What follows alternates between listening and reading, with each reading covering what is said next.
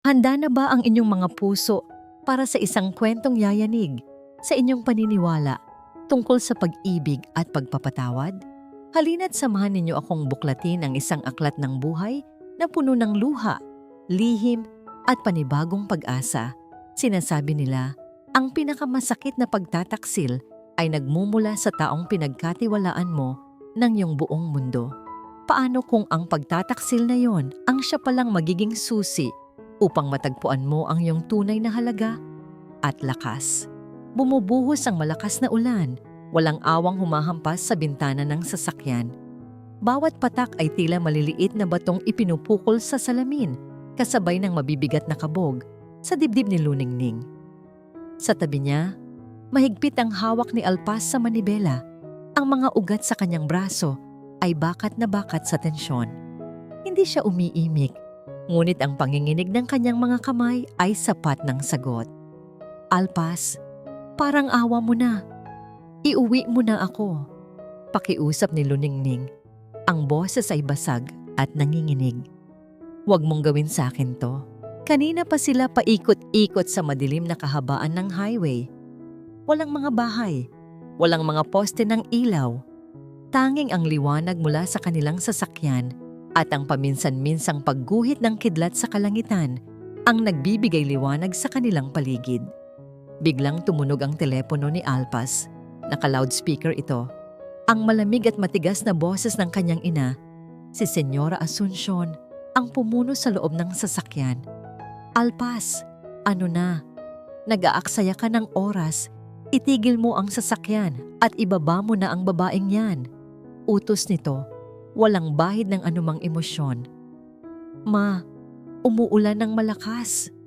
Delikado dito. Nangangatwirang sagot ni Alpas, ngunit bakas sa kanyang boses ang takot. Mas delikado ang kinabukasan mo kapag hindi mo ako sinunod. Sigaw ni Asuncion mula sa kabilang linya. Hindi na babagay sa pamilya natin ang isang pulubing katulad niya. Ibaba mo na siya ngayon din. Alpas, asawa mo ako. Hagulgol ni Luningning, hinawakan niya ang braso ng lalaki. Naalala mo ba? Nangako ka sa Diyos, sa harap ng lahat, na hindi mo ako pababayaan. Tumingin si Alpas sa kanya. Sa isang saglit, nakita ni Luningning ang lalaking minahal niya, ang lalaking puno ng pagsisisi at sakit. Ngunit ang saglit na yon ay nawala na parang bula nang muling magsalita si Senyora Asuncion. Mamili ka, Alpas. Ang babaeng yan na walang maibibigay sa'yo o ang inang nagbigay sa'yo ng lahat? Isa. Parang isang sundalong sinentensyahan, biglang inapakan ni Alpas ang preno. Huminto ang sasakyan sa gilid ng madilim na kalsada. Patawarin mo ako, Ning. Halos pabulong na sabi ni Alpas, hindi makatingin ng diretso sa mga mata niya. Bago pa man makasagot si Luningning, bumaba na ito ng sasakyan. Binuksan nito ang pinto sa kanyang tabi. Ang malakas na hangin at ulan ay agad na pumasok. Binabasa ang kanyang damit at giniginaw ang kanyang kaluluwa. Alpas? Wag! Sigaw niya habang marahas siyang hinila ng lalaki palabas. Patawarin mo ako. Paulit-ulit na sabi ni Alpas. Ang boses ay parang isang sirang plaka. Mahigpit ang hawak nito sa kanyang braso, ngunit naramdaman ni Luningning ang panginginig nito. Itinulak siya nito palabas sa kawalan. Napaluhod si Luningning sa basang semento. Ang lamig ay gumapang mula sa kanyang mga tuhod hanggang sa kanyang puso.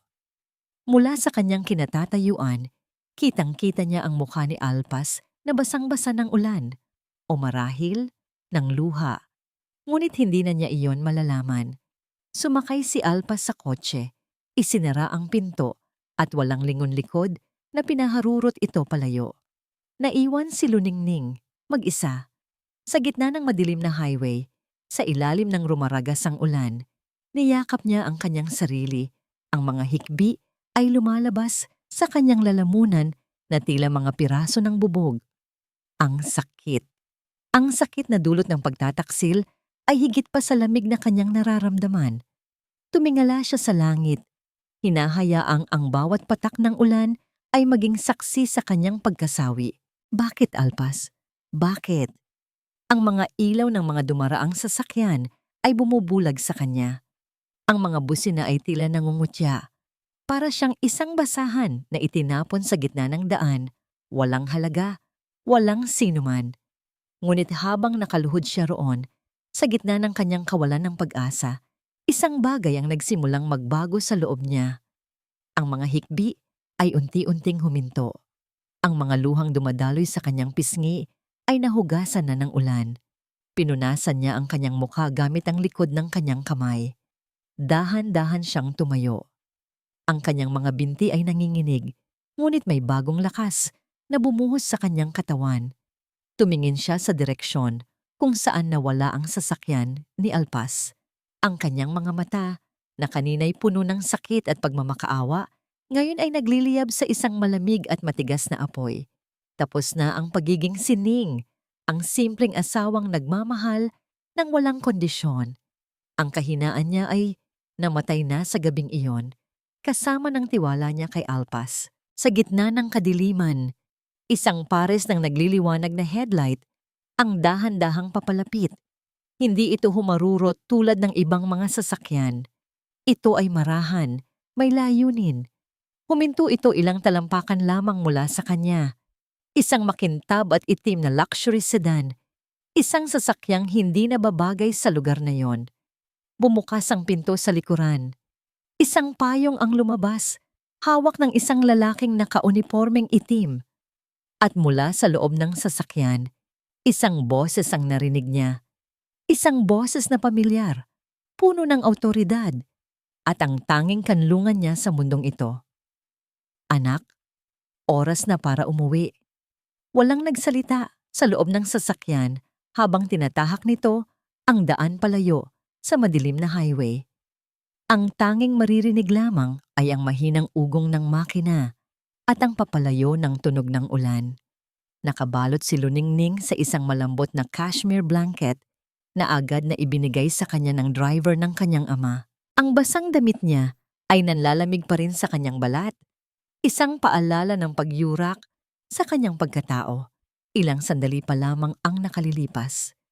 Ngunit hindi na siya nanginginig. Ang lamig ay napalitan ng isang kakaibang init. Isang apoy na nagsimulang mag-alab sa kaibuturan ng kanyang puso. Ilang oras ang lumipas bago nila narating ang isang lugar na tila hiwalay sa mundo. Bumukas ang isang dambuhalang bakal na tarangkahan, nagbubunyag sa isang mahabang daan na nalilinyahan ng mga matatayog na puno ng akasya. Sa dulo nito, nakatayo ang isang mansyon na tila palasyo, ang Hacienda de la Perla del Silangan. Ito ang kanyang tunay na tahanan. Pagbaba niya ng sasakyan, isang hilera ng mga katulong ang nakayukong naghihintay. Sa gitna nila ay isang babaeng may edad na. Ang mukha ay puno ng pag-aalala. Si Manang Ginhawa, ang yaya na nagpalaki sa kanya. Anak ko, bulalas ni Manang Ginhawa. Ang mga mata ay agad na namasa. Niyakap siya nito ng mahigpit. Hindi alintana ang kanyang basang damit. Anong ginawa nila sa iyo, Luningning? Sa yakap na yon, sa unang pagkakataon, mula nang iwan siya sa kalsada, naramdaman ni Luningning na ligtas siya. Ngunit ang pakiramdam na yon ay mabilis na napalitan ng panibagong determinasyon. Ayos lang po ako, Manang. Huwag po kayong mag-alala. Inihatid siya ni Manang Ginhawa sa kanyang silid. Isang kwartong mas malaki pa sa buong bahay na tinirhan nila ni Alpas sa barangay Sinagtala. Habang hinuhubad niya ang mumurahing bestida na naging simbolo ng kanyang simpleng buhay, tila hinuhubad na rin niya ang kahinaan at pagiging sunod-sunuran. Ipinaghanda siya ni Manang ng isang mainit na sabaw at malinis na damit. Habang pinupunasan ng matanda ang kanyang buhok, hindi nito mapigilang mapaluha. Patawarin mo kami, anak. Kung hindi ka lang sana namin pinayagan sa gusto mo. Hinawakan ni Luningning ang kamay nito. Walang may kasalanan, Manang. Ako ang pumili nito at ako rin ang tatapos dito. Ang mga luha sa mata ni Manang Ginhawa ang nagsilbing huling patak ng gatong sa nag-aapoy niyang puso. Matapos magbihis, Hindi na siya ang Ning, nagusgusin at kaawa-awa. Suot ang isang eleganteng silk robe. Ang kanyang buhok ay nakapusod ng maayos. Ang bawat galaw niya ay may bigat, may awtoridad. Nagtungo siya sa aklatan kung saan naghihintay ang kanyang ama. Si Don Raja Magtanggol Santos ay nakatayo sa harap ng isang malaking bintana, nakatanaw sa malawak na lupain ng kanilang hasyenda. Sa pagpasok ni Luningning, lumingon ito. Ang mukha niya ay kalmado, ngunit ang kanyang mga mata ay nagliliyab sa galit. "Papa," bati ni Luningning. Ang boses ay matatag. "Anak," sagot ng Don, "sabihin mo lang ang salita. Dudurugin natin sila. Bawat sentimo, bawat ari-arian, kukunin ko sa kanila hanggang sa wala nang matira." Umiling si Luningning, isang maliit at mapaklang na ngiti ang sumilay sa kanyang mga labi. Umupo siya sa isang silyang gawa sa leather sa tapat ng kanyang ama. "Hindi po, Papa. Masyadong madali iyon. Ang kunin ng pera nila ay isang pabor. Ibibigay lang natin sa kanila ang mabilis na katapusan."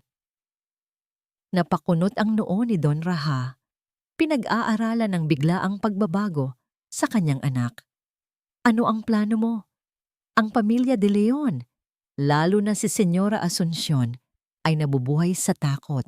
Paliwanag ni Luningning, ang kanyang mga daliri ay magkakaugnay sa ibabaw ng lamesa. Takot sa kahirapan, ang pera para sa kanila ay hindi lang yaman. Ito ay isang pader na nagpoprotekta sa kanila mula sa isang masamang nakaraan. Kung gigibain natin ang pader na yon, mamamatay sila nang hindi man lang nauunawaan ang kanilang kasalanan. Huminga siya ng malalim. "Gusto ko silang turuan. Gusto kong iparanas kay Alpas ang bigat ng bawat desisyon na hindi niya kayang panindigan. At gusto kong ipaalam kay Senyora Asuncion na may mga bagay na mas nakakatakot pa kaysa sa pagkawala ng pera." "At paano mo gagawin iyon?" tanong ng Don. May paghanga na sa kanyang tinig. Humarap si Luningning sa kanyang ama. Ang mga mata ay kumikinang na parang dalawang itim na diamante. "Hindi ko kukunin ang pinakamahalaga sa kanila, ang pera. Ipahaharap ko sa kanila ang kanilang pinakakinatatakutan, ang kanilang mga sarili." Nang gabing iyon, bago matulog, humarap si Luningning sa isang malaking salamin sa kanyang silid. Ang babaeng nakatingin pabalik sa kanya ay hindi na pamilyar. Ang mga mata nito ay matalas, ang postura ay matikas, ang ekspresyon ay hindi mabasa. Ang inosenteng kinang ay wala na, napalitan ng isang malamig at kinakalkulang liwanag. Hinaplos niya ang kanyang refleksyon sa salamin. "Patay na si Ning," ang sabi niya sa sarili. Ang babaeng nasa harap niya ngayon ay si Luningning Santos, ang reyna, at nagsisimula pa lamang ang kanyang paghahari. Ang biyahe pabalik ay isang mahabang katahimikan na binabasag lamang ng humihinang ambon sa labas. Bawat pag-ikot ng gulong sa basang kalsada ay tila isang martilyong pumupukpok sa kanyang konsensya. Ang imahe ni Luningning na nakaluhod sa gitna ng daan, basang-basa ng ulan at puno ng pighati, ay nakaukit sa kanyang isipan. Hindi niya ito mabura. Pinikit niya ang kanyang mga mata, ngunit lalo lang itong lumilinaw. Pagdating niya sa bahay, ang ina niyang si Senyora Asuncion ay naghihintay sa sala. May hawak na isang kopita ng brandy. Ang mukha nito ay kalmado, halos matagumpay. Walang bakas ng pag-aalala, walang bahid ng pagsisisi. "Mabutit nakauwi ka na, anak," sabi nito sa isang malambing ngunit may kontrol na tinig. Inabutan siya nito ng isang baso. "Ginawa mo ang tama. Ang desisyon na yan ang magliligtas sa ating pamilya. Pero ma, iniwan ko siya doon, sa gitna ng wala," sabi ni Alpas. Ang boses ay paos. "Paano kung may nangyaring masama sa kanya?" Tumawa ng mahina si Asuncion, isang tunog na nagbigay ng kilabot kay Alpas. "Huwag kang mag-alala. Ang mga katulad niya, sanay sa hirap. Ang dapat mong isipin ngayon ay ang iyong kinabukasan. Lumapit ito sa kanya. Hinaplos ang kanyang pisngi na parang isang bata. Nakausap ko na si Don Miguel. Ang anak niyang si Isabela, matagal nang may gusto sa'yo. Isang kasal na nababagay sa isang De Leon. Isang unyon ng yaman at kapangyarihan. Sinubukan ni Alpas na magdiwang kasama ng kanyang ina. Uminom sila ng brandy at pinag-usapan ang mga plano para sa hinaharap. Pininturahan ni Asuncion ang isang napakagandang larawan ng isang buhay na puno ng karangyaan, isang buhay na malayo sa simpleng apartment na tinirhan nila ni Ning. Ngunit habang tumatango si Alpas, ang isip niya ay nasa ibang lugar, nasa isang madilim na highway kung saan iniwan niya ang kanyang asawa. Nang gabing iyon, hindi siya dinalaw ng antok, at nang sa wakas ay nakatulog siya, isang bangungot ang gumising sa kanya. Nasa gitna siya ng ulan, tinatawag ang pangalan ni Luningning. Nakita niya itong muli, nakaluhod, umiiyak. Ngunit nang lumingon ito sa kanya, ang mukha nito ay hindi na puno ng pighati. Ito ay blanko, malamig, at walang emosyon. At sa likod nito, unti-unting lumitaw ang isang dambuhalang anino na tila lalamon sa lahat. Napabalikwas si Alpas, humihingal at basang-basa ng pawis. Ang katahimikan ng kanyang marangyang silid ay tila nakakabingi.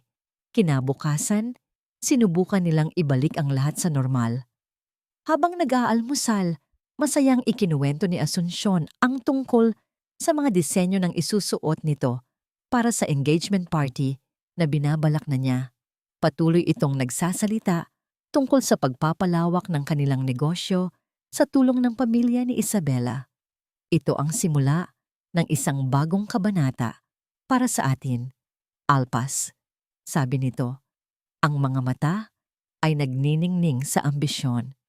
Wala nang sagabal. Ngunit ang bagong kabanatang yon ay agad na nagkaroon ng madilim na marka. Biglang tumunog ang telepono ni Asuncion. Isang tawag mula sa bangko. Ano? Narinig ni Alpas na sigaw ng kanyang ina. Anong ibig mong sabihin na naibenta na? Kanino? Tumahimik ito sandali, nakikinig sa kabilang linya. Ang kumpiyansa sa mukha nito ay unti-unting naglaho. Isang pribadong korporasyon? Anong pangalan? Ibinalibag ni Asuncion ang telepono sa lamesa. Anong nangyari, ma? Tanong ni Alpas kinakabahan. Wala. Mabilis na sagot nito. Pilit na ngumingiti. May kaunting problema lang sa bangko. Isang maliit na issue. Huwag mo nang intindihin. Ngunit alam ni Alpas na nagsisinungaling ito. Ang panginginig sa kamay nito habang inaabot ang tasa ng kape ay hindi maitatago. Buong araw, naging abala si Asuncion sa telepono. Ang boses ay nagiging mas galit at mas desperado sa bawat tawag. Sinubukan ni Alpas na magtrabaho sa kanyang opisina sa bahay. Ngunit hindi siya mapakali. Ang bangungot at ang tawag kaninang umaga ay bumabagabag sa kanya. Hapon na nang may pumasok na email sa kanyang laptop. Ang subject ay simple lamang, urgent notification regarding De Leon Corp. Binuksan niya ito. Ito ay isang formal na liham mula sa isang law firm na hindi niya kilala. Ang kanyang mga mata ay mabilis na tumakbo sa mga salita. Ngunit ang kanyang utak ay tila nahihirapang iproseso ang nababasa. Mga salitang tulad ng acquisition, debt transfer, sole ownership, at sa huling talata, malinaw na nakasulat ang pangungusap na magpapabago sa lahat. This notice serves to inform you that as of today, all outstanding loans and financial obligations of De Leon Corp are now under the sole ownership and management of the Silangan Group of Companies. Silangan Group of Companies, paulit-ulit na umikot ang pangalan sa kanyang isipan. Hindi niya ito kilala. Hindi niya ito narinig kailanman. Ngunit sa ilang kadahilanan, isang matinding kaba at takot ang biglang gumapang sa kanyang buong pagkatao. Ang mga anino mula sa kanyang panaginip ay tila nagsisimula nang magkaroon ng pangalan. Ang conference room sa ikapimba na palapag ng Silangan Tower ay nababalot ng katahimikan at malamig na hangin mula sa aircon. 12 miyembro ng board, Lahat ay mga lalaking may edad at iginagalang sa mundo ng negosyo, ang nakaupo sa paligid ng isang mahabang lamesang gawa sa mahogany. Lahat sila ay nakatingin sa iisang direksyon, sa babaeng nakaupo sa dulo ng lamesa. Siya ay nakasuot ng isang itim na power suit na perpektong bumagay sa kanyang katawan. Ang kanyang buhok ay maayos na nakatali sa isang mababang pusod, nagbibigay diin sa kanyang matalas na panga at matangos na ilong. Walang bakas ng manangiti sa kanyang mga labi. Siya si Luningning Santos, ang bagong talagang Executive Vice President ng Silangan Group, at ito ang kanyang unang board meeting. Good morning, gentlemen, bati niya. Ang kanyang boses ay kalmado at may awtoridad, pumupuno sa bawat sulok ng silid. Let's begin, Mr. Velasco. The report on our recent acquisitions, please. Isang lalaking nasa mga 50 anyos ang tumayo, halatang kinakabahan. Yes, ma'am. As you instructed, we have successfully acquired the controlling shares of 3 major logistics companies. Furthermore, our legal team has finalized the acquisition of several outstanding corporate debts, the most significant of which is from, De Leon Corp. Sa pagbanggit ng pangalang iyon, walang emosyon na nagbago sa mukha ni Luningning. Tumingin siya sa kanyang abogadong nakaupo sa kanyang kanan. Attorney Jimenez, have they responded to our notice? They have been calling non-stop, ma'am. Sagot ng abogado, requesting for a debt restructuring and a 6-month extension. Itinuon ni Luningning ang kanyang tingin sa malaking bintana na nagpapakita ng buong syudad sa ibaba. Ang mga gusali ay tila mga laruan lamang mula sa kanyang kinatatayuan. And what is my standing order regarding such requests? Immediate rejection, ma'am. Sagot ni Attorney Jimenez. Good. Ibinalik ni Luningning ang kanyang tingin sa board. Ang hiling ng De Leon Corporation para sa extension, denied. Ituloy ang asset foreclosure protocols ayon sa schedule. Next item. Isang alon ng pagkamangha at takot ang gumuhit sa mukha ng mga miyembro ng board. Ang babaeng ito na tila bigla na lang sumulpot ay hindi nagpapakita ng anumang pag-aalinlangan. Ang kanyang mga desisyon ay mabilis, tumpak at walang awa. Pagkatapos ng pulong, habang naglalakad si Luningning pabalik sa kanyang opisina, isang matandang miyembro ng board, isang kaibigan ng kanyang ama, ang lumapit sa kanya. Hija, you remind me so much of your father in his prime, but there's a coldness in you he never had. Ngumiti si Luningning sa unang pagkakataon sa araw na yon, ngunit hindi umabot sa kanyang mga mata. Winter is necessary for some flowers to bloom, Tito Alfonso. Sa kanyang opisina, na kasing laki ng isang buong palapag, umupo siya sa kanyang lamesa at binuksan ang television sa isang business news channel. Ang kanyang mukha ay nasa screen, isang litratong kuha kanina lamang. Ang headline, The Mysterious Heiress, Who is Luningning Santos? Ilang linggo na ang nakalipas at ang kanyang pangalan ay naging isang alamat sa mundo ng korporasyon. Isang anino na bumibili ng mga kumpanya, nagpapabagsak ng mga karibal, ngunit hindi kailanman nagpapakita ng kanyang mukha sa publiko. Ngunit magbabago na ang lahat ngayong gabi. Inayos niya ang sarili. Ang kanyang makeup artist at stylist ay pumasok upang ihanda siya para sa kanyang unang live television interview. Habang inaayusan siya, ang kanyang isip ay hindi sa mga tanong ng reporter, kundi sa 2 taong alam niyang nanonood.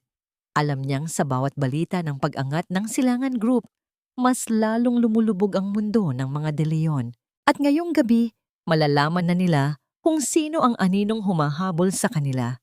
Maya-maya, nasa isang studio na siya. Kaharap ang pinakasikat na news anchor sa bansa. Ang mga ilaw ay nakakasilaw, ang mga kamera ay nakatutok sa kanya. Ngunit sa loob niya, mayroong isang kakaibang kapayapaan. Ito na ang sandali. Sa bahay ng mga De Leon, sabay na nanonood ng balita si Alpas at Senyora Asuncion. Ang kanilang mga mukha ay puno ng pag-aalala. Ang kanilang mga ari-arian ay unti-unti nang nawawala. Ang kanilang pangalan ay nadudungisan. Sino kaya ang nasa likod ng silangan group na ito? Galit na tanong ni Asuncion. Sino ang demonyong sumisira sa atin? Sa telebisyon, nagsimula na ang anchor. Tonight, an exclusive. For the first time, she will step out of the shadows, the architect behind the most aggressive corporate takeover in recent history. Ladies and gentlemen, please welcome the sole heiress to the Silangan Empire, Ms. Luningning Santos. Ang kamera ay dahan-dahang lumipat mula sa anchor patungo sa panauhin nito. Nabitawan ni Asuncion ang hawak na remote control. Nahulog ito sa sahig na gawa sa marmol, lumikha ng isang malakas na tunog. Si Alpas naman ay napanganga, hindi makahinga. Ang kanilang mga mata ay nanlalaki, nakatutok sa screen. Ang mundo nila ay tila huminto sa pag-ikot. Dahil ang babaeng nakaupo sa silya, ang babaeng tinatawag na pinakamakapangyarihang bagong manlalaro sa mundo ng negosyo, ang babaeng may malamig na ngiti at mga matang tila kayang tumagos sa kanilang mga kaluluwa, ay ang babaeng tinapakan nila ang pagkatao. Ang babaeng iniwan nila sa gitna ng ulan. Parang isang malakas na sampal ang pagpapakita ni Luningning sa telebisyon. Ang hangin ay tila ninakaw mula sa mga baga ni Senyora Asuncion. Ang babaeng hinamak niya, ang babaeng itinuring niyang isang basahan na walang halaga, ay siya palang may hawak ng kanilang kapalaran. Ang pagkapahiya ay isang mapait na lason na mabilis na gumapang sa kanyang mga ugat, na sinundan ng isang nagngangalit na apoy ng galit. Hindi maari. Sigaw niya, at sa isang mabilis na kilos ay pinatay ang telebisyon. Ang katahimikan na biglang pumuno sa silid ay mas nakakabingi pa kaysa sa ingay kanina. Ang walang hiyang babaeng yon, isang ahas, pinalaki natin sa ating tahanan at ito ang igaganti sa atin. Ma, paano? Paano nangyari to? Tanong ni Alpas. Ang muka ay kasing putla ng papel. Isang bilyonarya. Sining. Huwag mong banggitin ang pangalan na yan. Bulyaw ni Asuncion. Agad niyang dinampot ang kanyang telepono at mabilis na nagdial. Kakausapin ko siya. Kakausapin ko ang manggaganso na yan. Paulit-ulit siyang tumawag sa personal na numero ni Luningning na dati nitong ginagamit, ngunit wala nang sumasagot. Tinawagan niya ang opisina ng Silangan Group. Silangan Group, good evening. Isang profesional at malamig na boses ng babae ang sumagot. Ikinonekta mo ako kay Luningning Santos, utos ni Asuncion. Walang anumang pagpapakilala. May I know who's calling, please? Ako si Asuncion de Leon. Sabihin mo sa kanya na gusto ko siyang makausap ngayon din. Nagkaroon ng sandaling katahimikan sa kabilang linya. I'm sorry, Senyora, but Miss Santos is in a meeting. Her schedule is fully booked for the foreseeable future. Anong fully booked? Sabihin mo sa kanya na ang ina ng kanyang asawa ang tumatawag. My apologies, Senyora, but my instructions are clear. Miss Santos is unavailable. At kasunod nyon ay ang tunog ng pagbaba ng telepono. Sa galit, ibinato ni Asuncion ang kanyang mamahaling cellphone sa pader. Nagkapira-piraso ito. Walang hiya, walang respeto. Sigaw niya. Dinampot niya ang isang porselanang florera mula sa isang lamisita at ibinalibag ito sa sahig. Ang tunog ng nabasag na porselana ay umalingaw-ngaw sa buong bahay. Para siyang isang hayop na nakakulong sa hawla, nagwawala, hindi matanggap ang biglaang pagkawala ng kanyang kapangyarihan. Ma, tama na po. Pakiusap ni Alpas, sinubukang hawakan ng kanyang ina, ngunit tinabig lamang siya nito. Huwag mo akong hawakan. Kasalanan mo rin ito. Kung naging matatag ka lang sana. Sa mga sumunod na araw, ang bahay ng mga De Leon ay naging isang impyerno. Walang tigil ang pagtunog ng mga telepono, mga tawag mula sa mga bangko, mga supplier, mga kasosyo sa negosyo na biglang bumabaligtad. Ang kanilang mga account ay na-freeze. Ang kanilang mga credit line ay kinansela. Ang pader na itinayo ni Asuncion gamit ang pera at impluensya sa loob ng maraming taon ay unti-unti nang gumuho, ladrilyo, bawat ladrilyo. Isang hapon, habang si Asuncion ay sumisigaw na naman sa telepono, kausap ang kanilang abogado, isang katulong ang lumapit. May hawak na isang sobre. Senyora, may nag-abot po nito sa gate. Para daw po sa inyo. Ano yan? Isa na namang demand letter? Inis na tanong ni Asuncion, hindi man lang tumitingin. Itapon mo yan. Pero senyora, wala po itong return address. Ang pangalan niyo lang po ang nakasulat. Napakunot ang noo ni Asuncion. Kinuha niya ang sobre mula sa kamay ng katulong. Simple lang ito, kulay krema.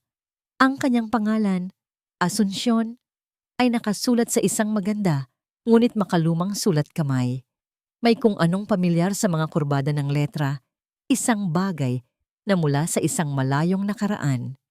Sa pagkainis, pinunit niya ang sobre. Sa loob, mayroong isang piraso ng papel na medyo naninilaw na. Hindi ito isang legal na dokumento. Nakasulat dito ay ilang linya lamang, isang tula, isang awit. Tulog na, bunso. Ang gabi madilim. Huwag kang matakot sa aninong darating. Sa pagbasa niya ng mga salita, isang matinding kilabot ang biglang dumaloy sa kanyang buong katawan. Ang kanyang paghinga ay biglang bumigat. Ang mga letra ay tila nagsimulang sumayaw sa kanyang paningin. Biglang, isang imahe ang sumulpot sa kanyang isipan, isang mabilis at malabong alaala.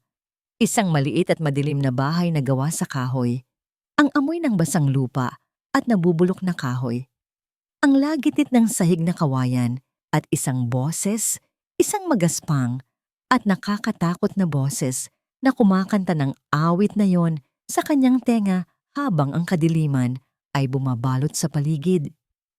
Napaurong si Asuncion, nabitawan niya ang sulat na parang isang nagbabagang uling. Ang papel ay dahan-dahang lumipad pababa sa sahig. Ma, anong problema? Tanong ni Alpas, nakalalabas lang mula sa kanyang silid. Nakita ang pamumutla ng ina. Ang mukha ni Asuncion ay wala ng kulay. Ang kanyang mga mata ay nanlalaki sa takot, nakatitig sa kawalan. Ang kanyang mga labi ay nanginginig, habang isang pangalan ang halos pabulong na lumabas mula sa mga ito. Isang pangalang hindi pa naririnig ni Alpas kailanman. Itang. Matapos ang ilang linggo ng pagiging bilanggo sa sarili nilang tahanan, ng pakikinig sa walang humpay na pagbagsak ng kanilang imperyo, isang tawag ang dumating. Hindi ito mula sa isang galit na kliyente o isang bangkerong naniningil. Ito ay mula sa opisina ni Attorney Jimenez, ang punong abogado ng Silangan Group. Maikli lamang ang mensahe. Miss Santos is granting you a 15-minute meeting. Tomorrow, 10 a.m. at her office. Be there. Ang biyahe papunta sa Silangan Tower ay ang pinakamahabang biyahe sa buhay ni Alpas. Bawat gusaling kanilang madaanan ay tila nangungutya sa kanilang biglaang pagbagsak. Ang kanyang ina ay tahimik sa tabi niya, ngunit ang mahigpit na pagkuyom ng mga kamao nito ay nagsasabi ng lahat. Ang opisina ni Luningning ay hindi isang opisina. Ito ay isang kaharian. Mula sa ika-50 palapag, ang buong syudad ay nasa ilalim ng kanyang mga paa. Ang silid ay malawak at minimalist. Pinalamutian ng mga obra ng sining na nagkakahalaga ng higit pa sa natitirang yaman nila. At sa gitna ng lahat ng iyon, nakaupo si Luningning sa likod ng isang malaking lamesang gawa sa salamin, abala sa pagpirma ng mga dokumento. Hindi man lang ito nag-angat ng tingin nang pumasok sila. Napatanga si Alpas. Ang babaeng nasa harap niya ay isang estranghera. Ang simpleng Ning na kilala niya. Ang babaeng nagluluto ng kanyang paboritong adobo. Ang babaeng masayang naglalaban ng kanyang mga damit. Ang babaeng ang tanging hiling ay ang kanyang pagmamahal ay wala na. Ang nakikita niya ngayon ay si Luningning Santos, isang reyna sa kanyang trono na papalibutan ng kapangyarihan. Ang kanyang postura, ang kanyang pananamit, ang lamig sa kanyang mga mata. Lahat ay sumisigaw ng distansya at awtoridad. Hindi niya ito maabot. "Maupo kayo," sabi ni Luningning. Ang boses ay kasing lamig ng hangin sa silid. Hindi pa rin ito tumitingin sa kanila. Si Senyora Asuncion ang unang nakabawi. Umupo ito. Pilit na ipinapakita ang dati niyang kumpiyansa. "Hijaning," malambing na simula nito. "Alam kong nagkamali kami. Nagkamali ang anak ko. Pero hindi ba natin maaaring pag-usapan ito ng maayos? Pamilya pa rin tayo." Sa wakas, ibinaba ni Luningning ang kanyang ballpen at itinaas ang kanyang tingin. Ang kanyang mga mata ay diretso at walang emosyon. Unang tumama kay Asuncion. "Señora de Leon, let's be clear. We are not family. We are two parties in a business transaction. You, the debtor. Me, the creditor." Pagkatapos ay lumingon ito sa kanya at sa isang saglit naramdaman ni Alpas ang paghinto ng kanyang paghinga. "And you are nothing."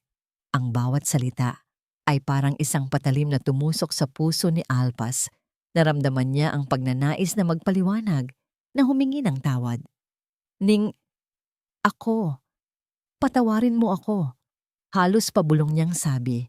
Ngunit si Luningning ay tila hindi siya narinig. Binaling nito ang kanyang atensyon kay Attorney Jimenez na nakatayo sa isang sulok.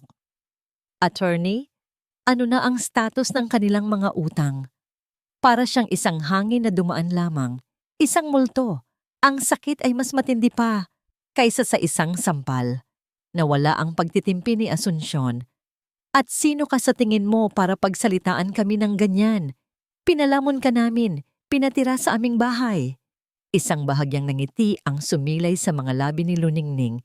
Isang nangiting puno ng pang-uyam.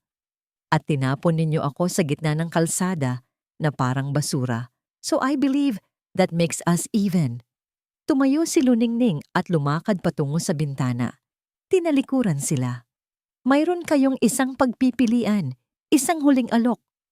Humarap siyang muli. Ang liwanag mula sa labas ay lumilikha ng isang anino sa kanyang mukha, nagpapatalim sa kanyang mga tampok. "I will consolidate all your debts. I will give you a new 10-year payment plan with minimal interest. I will not take your house." Isang sinag ng pag-asa ang sumilay sa mukha ni Asuncion. Talaga? But pagpapatuloy ni Luningning, "In exchange, De Leon Corp will be fully absorbed by a subsidiary of Silangan Group. You will lose your company. You will have your house, your cars, a small allowance to live on. But you will lose your name in the business world. That is my final offer. Take it or leave it. Leaving it means you lose everything by next week."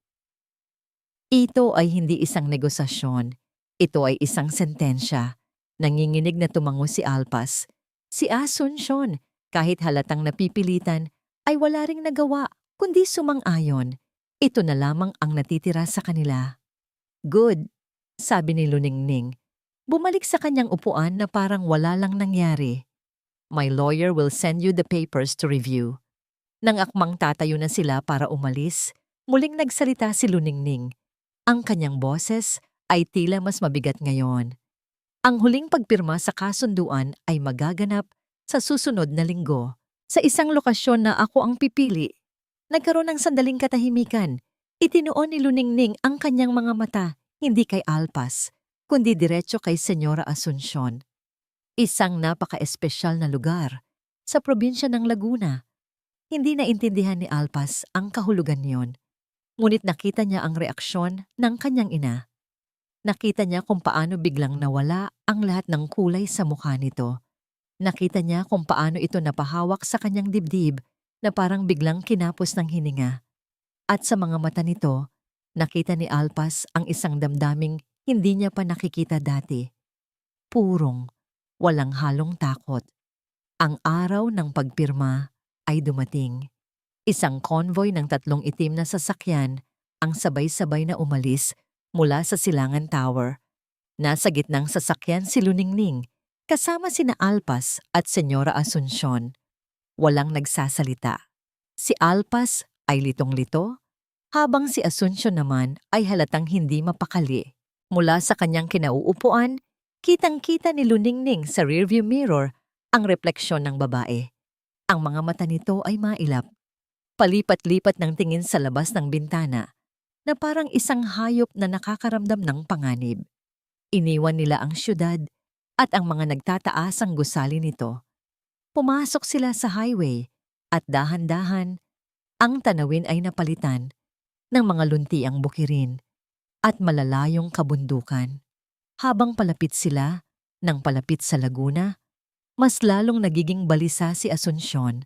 Ang kanyang paghinga ay naging mababaw at ang kanyang mga daliri ay mahigpit na nakakapit sa leather ng upuan. Ang mga buko ay namumuti.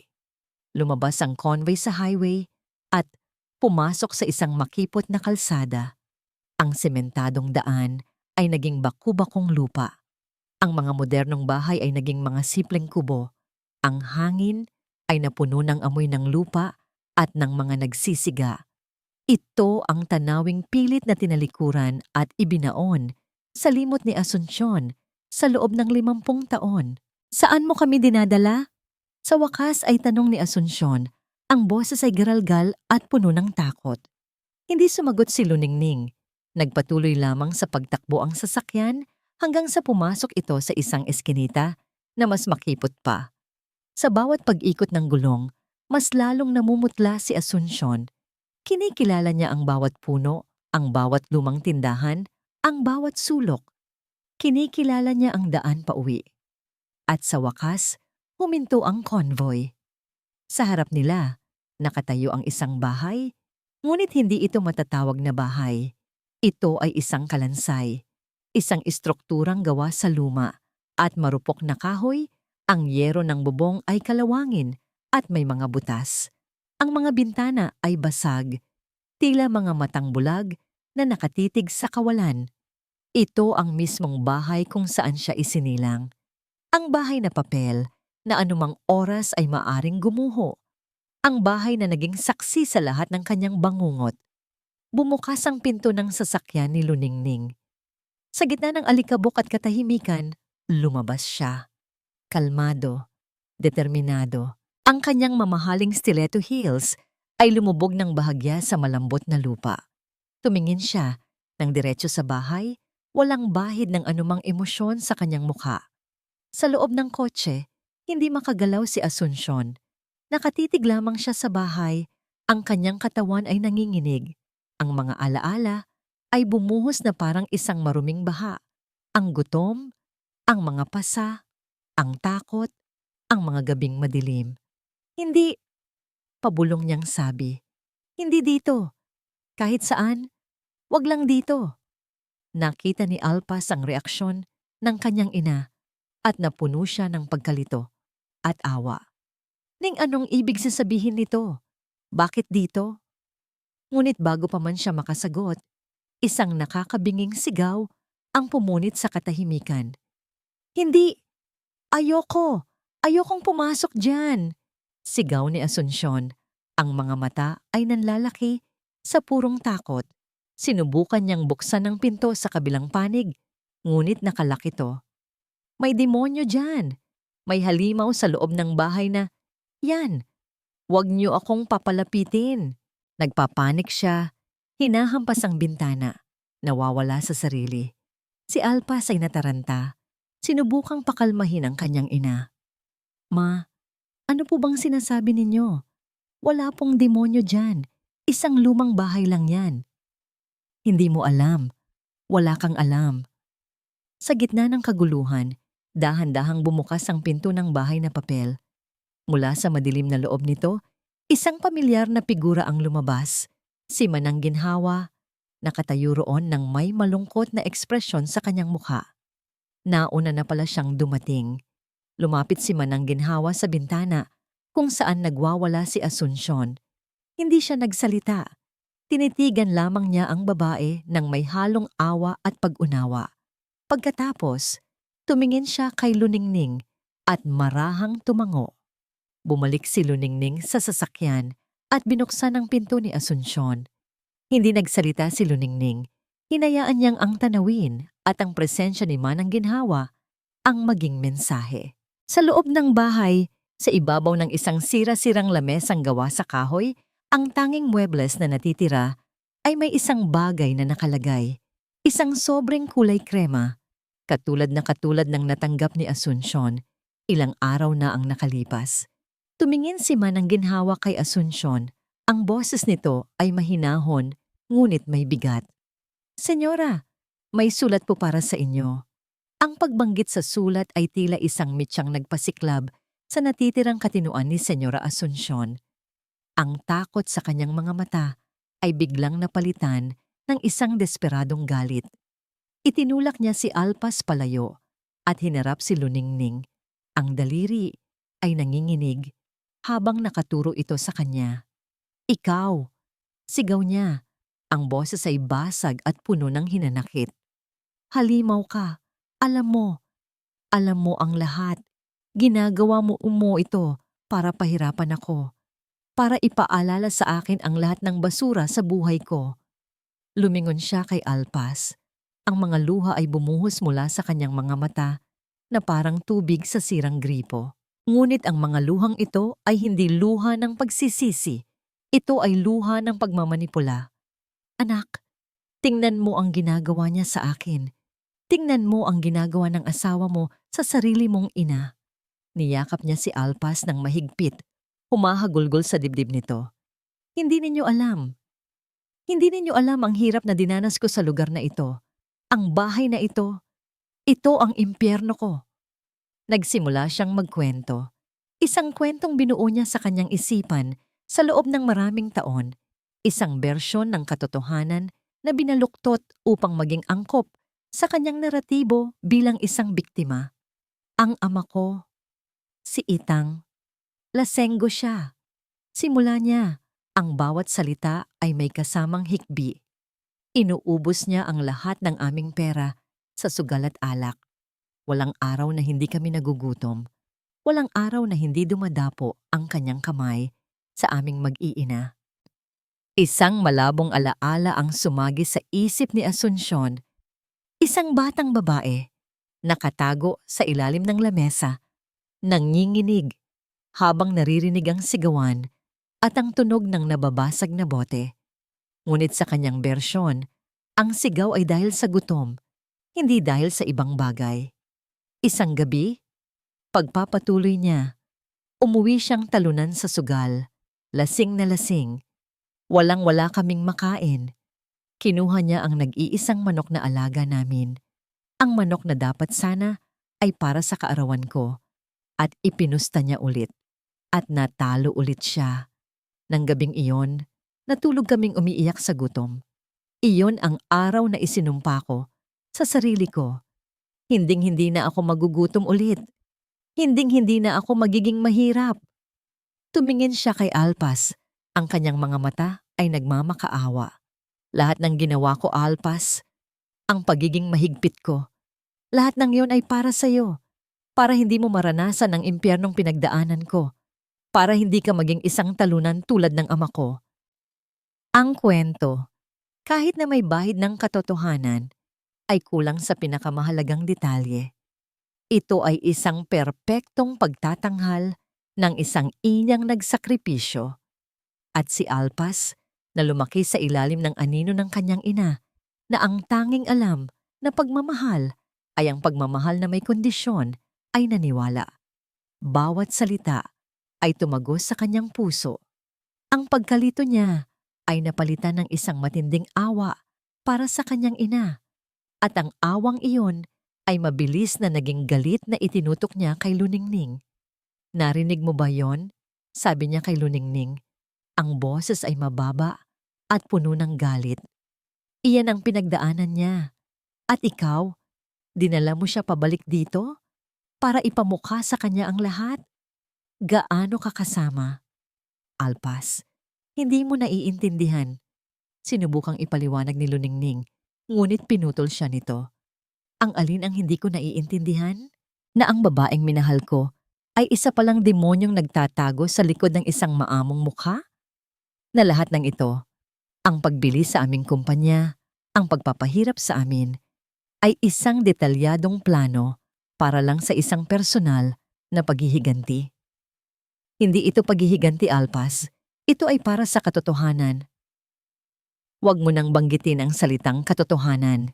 Sigaw ni Alpas. Lumapit siya kay Luningning. Ang mga mata ay nag-aapoy. Ang tanging nakikita ko ngayon ay ang katotohanan tungkol sa'yo. Makasarili ka. Malupit ka. Si Asuncion, na nakayakap pa rin kay Alpas, ay nagdagdag pa ng panggatong. Tama na, anak. Hayaan mo na siya. Umuwi na tayo. Hindi ko na kaya. Hinawakan ni Alpas ang kanyang ina. Inaalalayan itong tumayo na parang isang babasaging bagay. Hinarap niya si Luningning. Sa huling pagkakataon, ang mukha ay puno ng pagkasuklam. Sana masaya ka na, Luningning. Sana nakatulog ka ng mahimbing sa ginawa mo.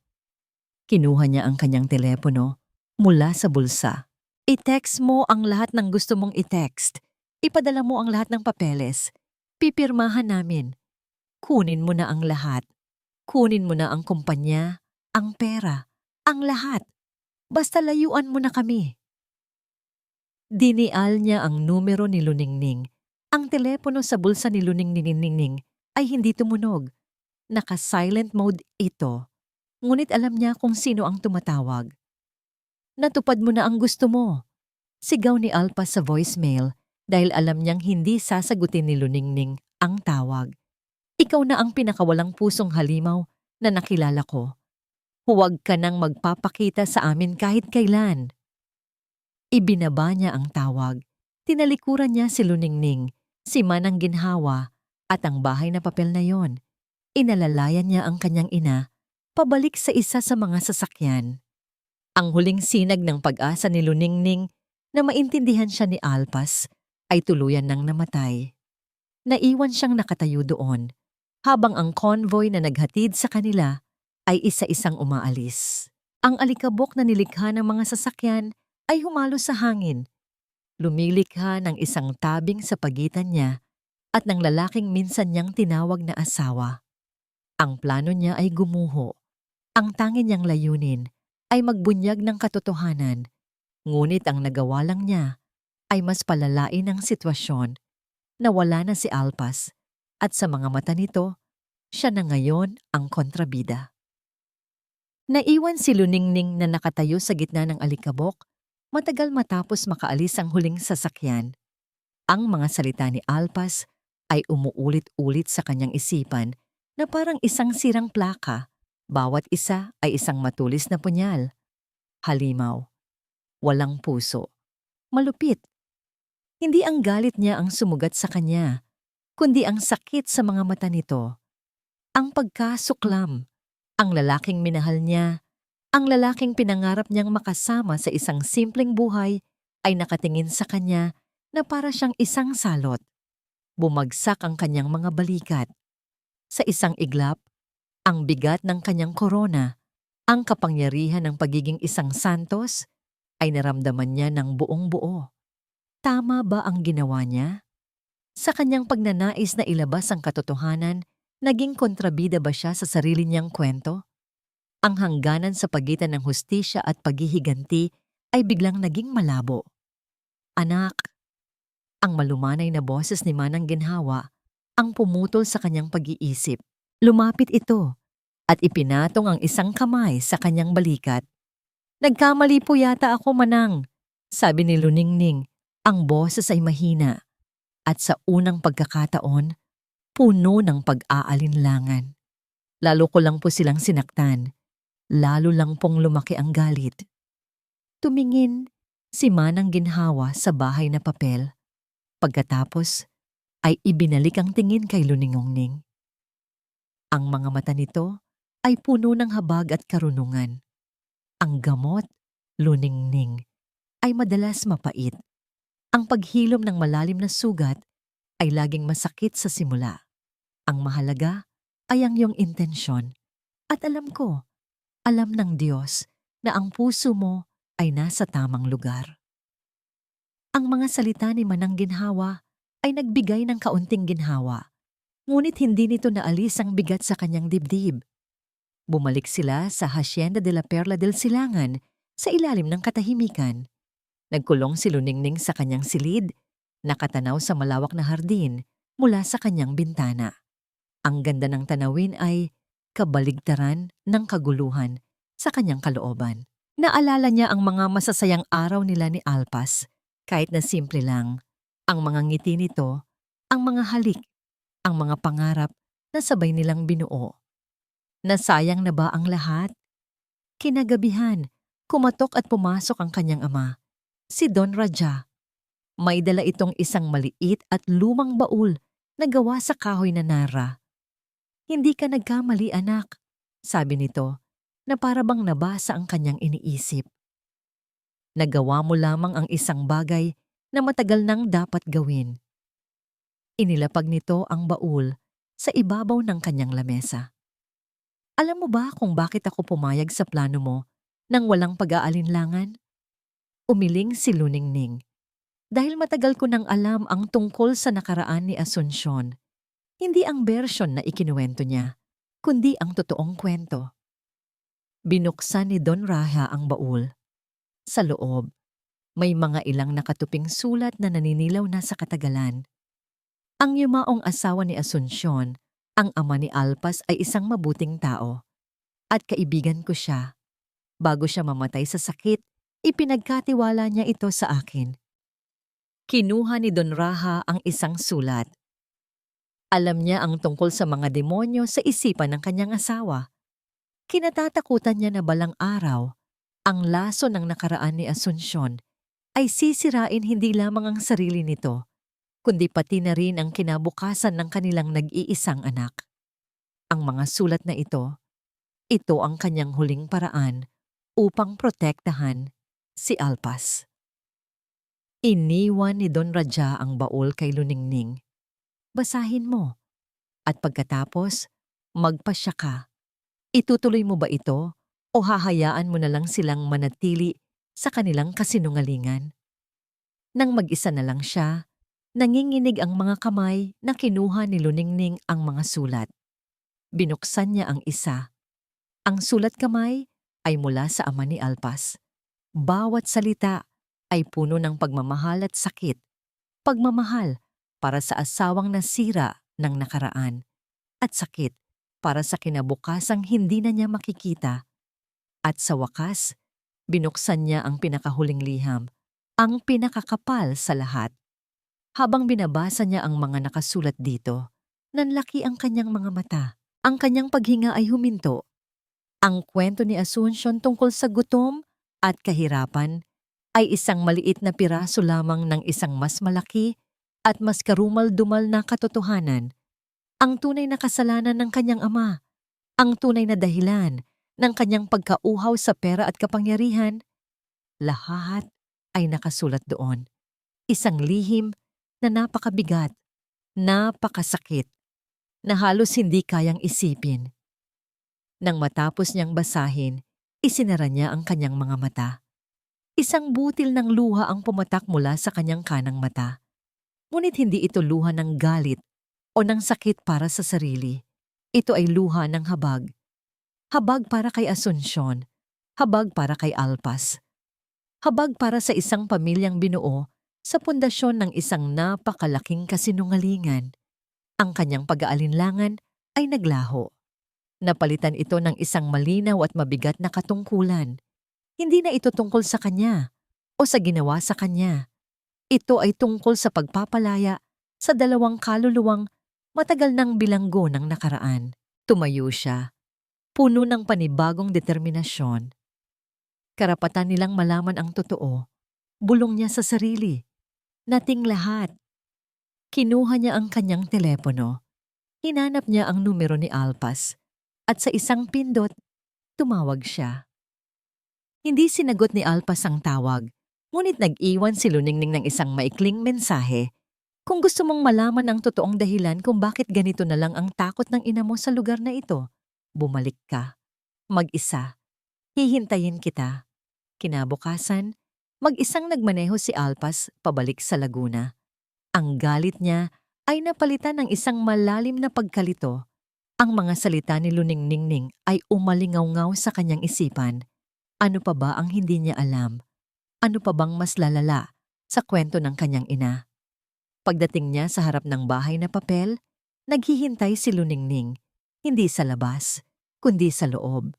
Kasama niya si Manang Ginhawa. Maya-maya, isang sasakyan ang huminto sa likod niya.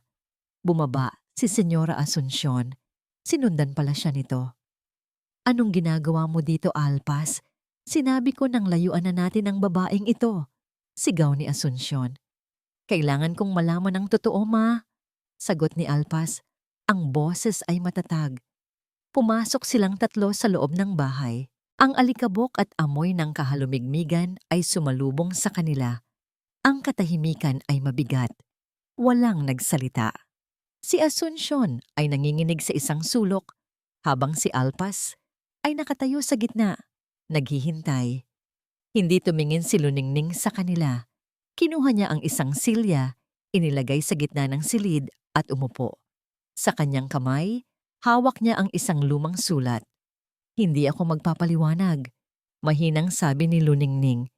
Hindi rin ako manunumbat. Hahayaan ko na lang na ang ama mo, Alpas, ang magsalita. At nagsimula siyang magbasa. Para sa aking pinakamamahal na anak, Alpas, simula ni Luningning, ang boses niya ay kalmado, ngunit puno ng bigat. Ang bawat salita ay mula sa liham ng yumaong ama ni Alpas. Kung binabasa mo ito, nangangahulugang wala na ako, at nangangahulugan din itong ang mga anino ng nakaraan ay nagsimula nang bumalik para sa iyong ina. Isinusulat ko ito hindi para manira, kundi para magpalaya. Kailangan mong malaman ang katotohanan.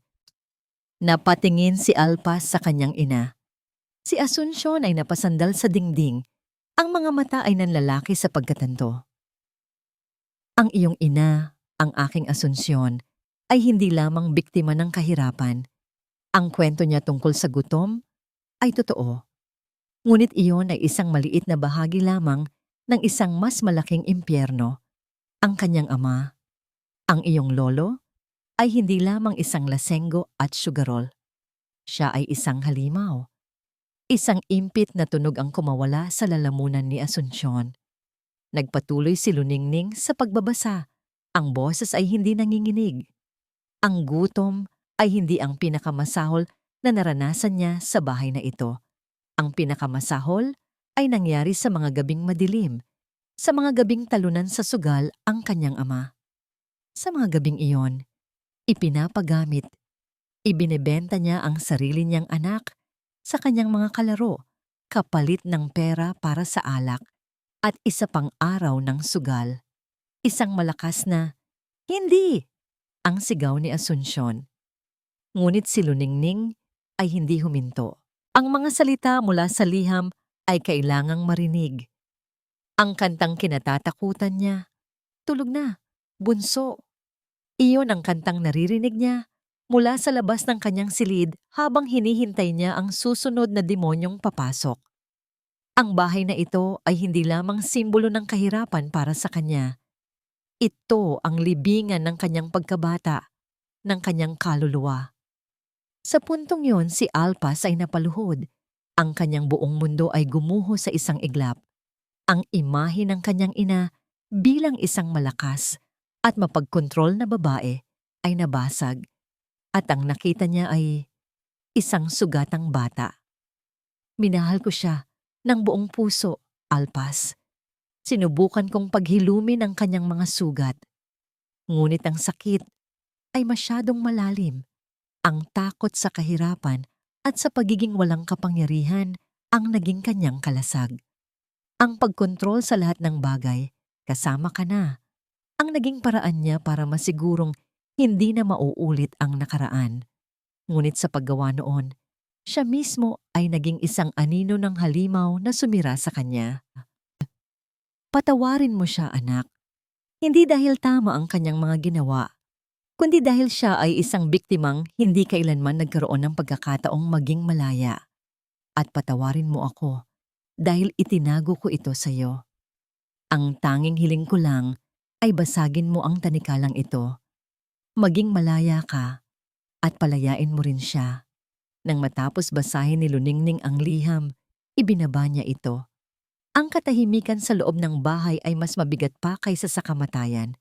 Si Asuncion ay nakaupo na sa sahig, nakayapos sa kanyang mga tuhod, umiiyak na parang isang batang nawawala.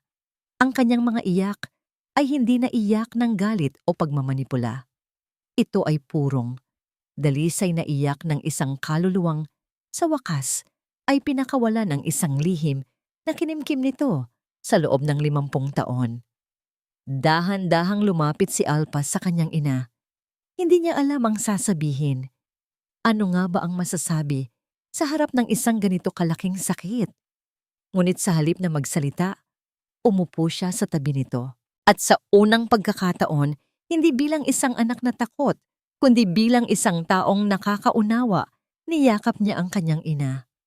Habang magkayakap ang mag-ina sa gitna ng kanilang nawasak na mundo, si Asuncion, sa gitna ng kanyang mga hikbi at pagkalito, ay tumingin kay Luningning. Ang kanyang mga mata ay malabo sa luha.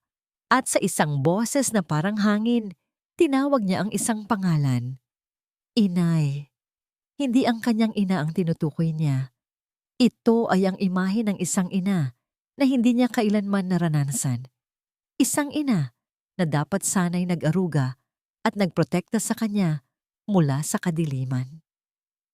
Pagkatapos ng araw na yon sa Laguna, si Senyora Asuncion ay hindi na nagsalita. Siya ay naging isang anino sa sarili niyang bahay. Ang mga mata ay laging nakatitig sa kawalan. Tila nakakulong sa isang nakaraang hindi na niya matakasan. Sa tulong ng mga koneksyon ni Don Raha, dinala siya ni Alpas sa isang tahimik at pribadong pasilidad kung saan matutulungan siya ng mga profesional.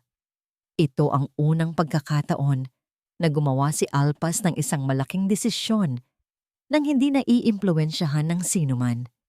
Isang desisyon na batay sa pag-unawa, hindi sa takot.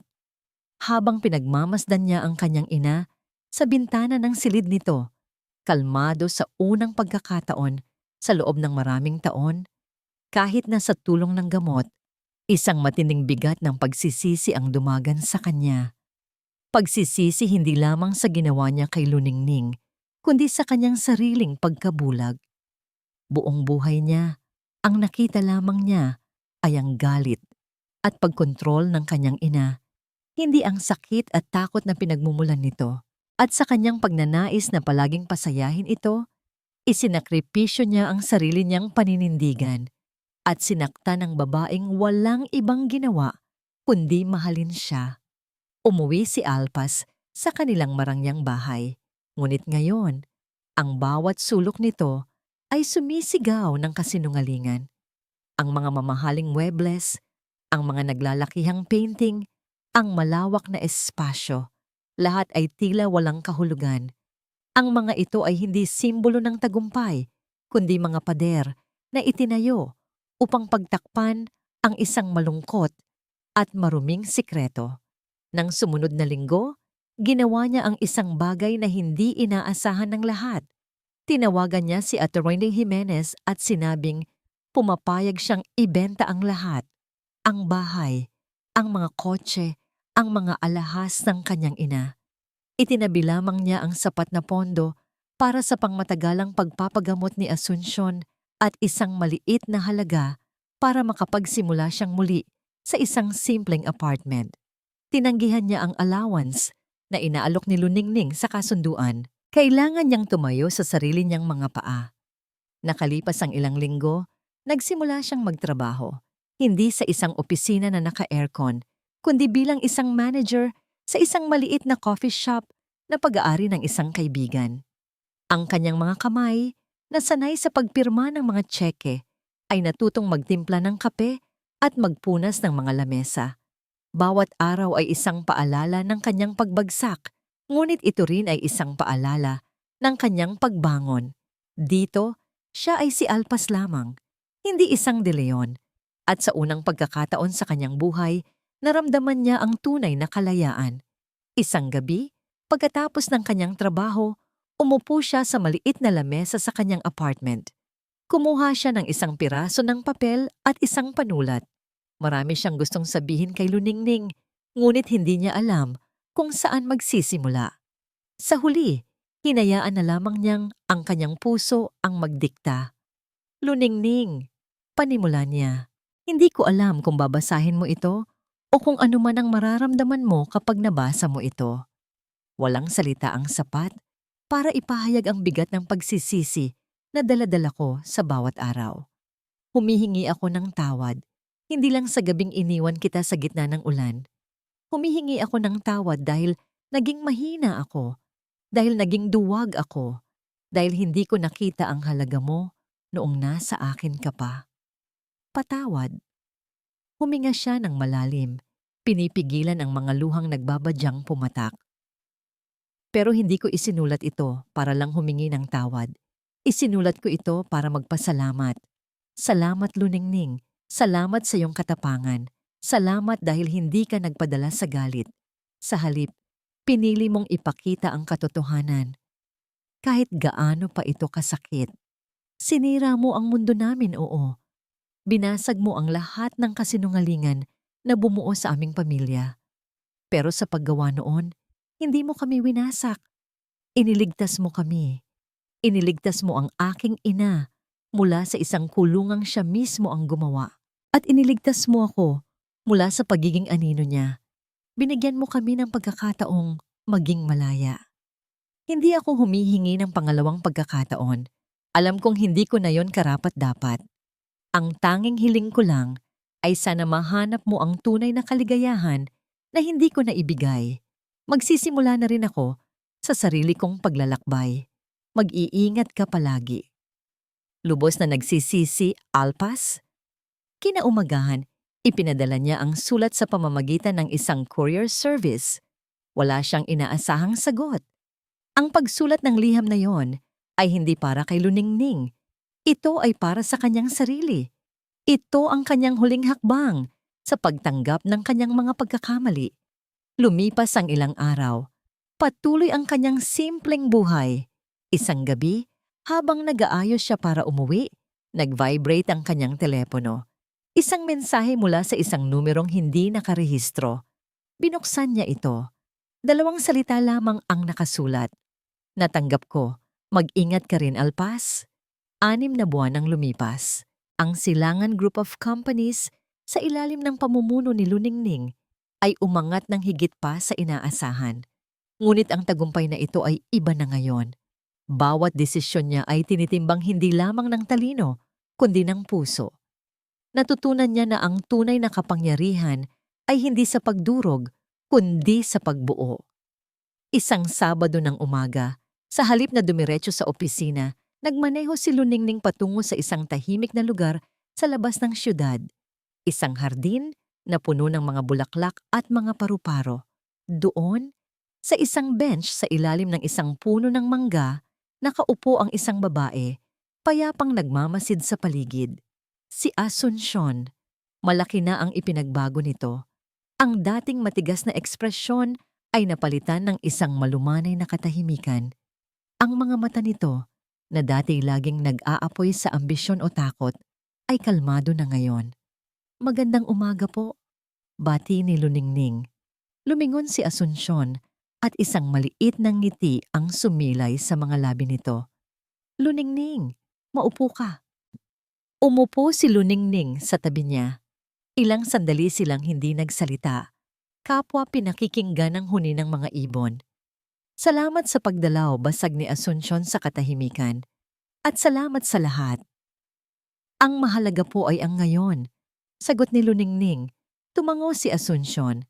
Sinabi sa akin ni Alpas na nagtatrabaho na siya, na simple lang ang buhay niya ngayon. Masaya ako para sa kanya.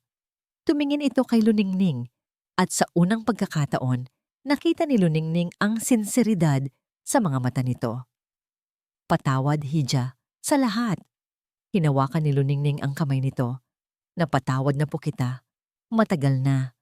Hapon na nang magpaalam si Luningning. Habang nagmamaneho pabalik sa syudad, isang kakaibang gaan ang kanyang naramdaman. Tila isang mabigat na tanikala ang tuluyan ng naputol. Dahil sa isang biglaang kagustuhan, inihinto niya ang kotse sa tapat ng isang maliit at kaakit-akit na coffee shop na hindi niya pa napupuntahan. Kalinaw Cafe.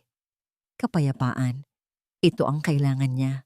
Pagpasok niya, ang amoy ng bagong timplang kape at tinapay ang sumalubong sa kanya. Umupo siya sa isang sulok, malayo sa ibang mga customer. Lumapit ang isang waiter para kunin ang kanyang order. Nakayuko ito habang iniaabot ang menu. Good afternoon, ma'am. Welcome to Kalinaw Cafe. What can I get for you? Ang boses na yon, pamilyar. Dahan-dahan siyang nag-angat ng tingin. Ang kanilang mga mata ay nagtagpo. Nakatayo sa harap niya si Alpas, suot ang isang simpleng itim na apron. Sa isang iglap, huminto ang mundo. Walang galit, walang awkwardness, tanging isang tahimik na pagkilala. Isang maliit na ngiti, ang unang sumilay sa mga labi ni Luningning. Isang black coffee, please. Tumango si Alpas, isang bahagyang na ang ngiti rin ang gumuhit sa kanyang muka. Coming right up. Bumalik si Alpas, dala ang kanyang kape. Inilapag niya ito ng dahan-dahan sa lamesa. Kamusta ka na? Tanong ni Luningning. Ang boses ay mahinahon. Maayos naman, sagot ni Alpas. Payapa.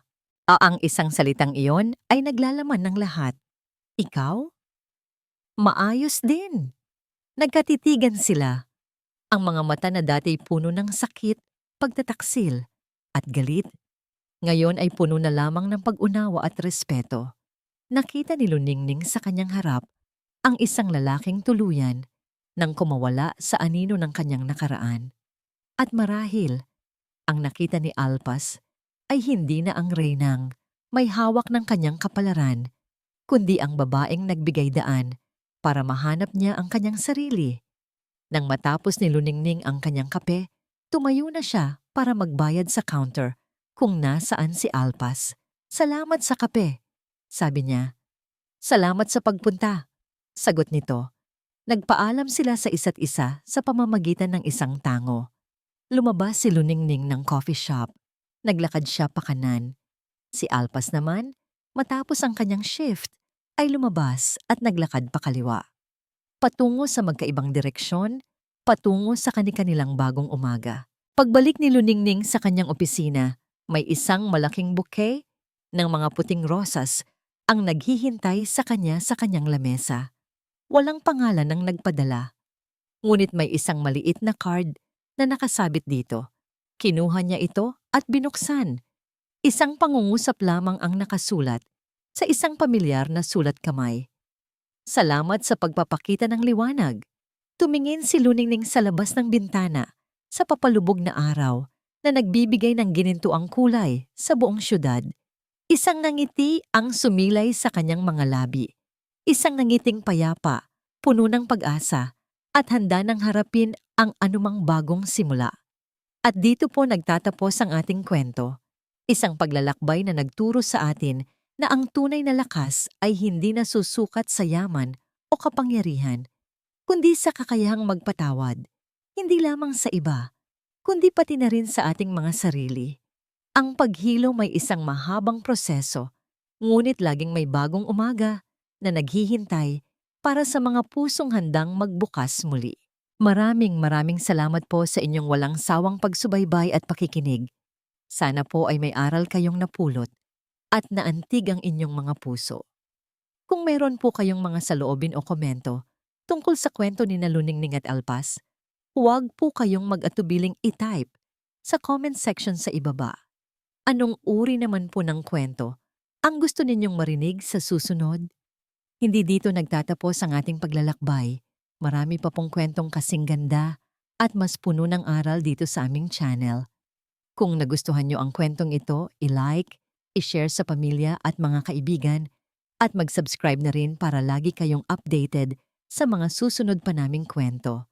I-click nyo ang notification bell para kayo ang unang makarinig kapag may bago kaming upload. Pagpalain po kayo ng Panginoon, kayo at ang inyong buong pamilya. Hanggang sa muli.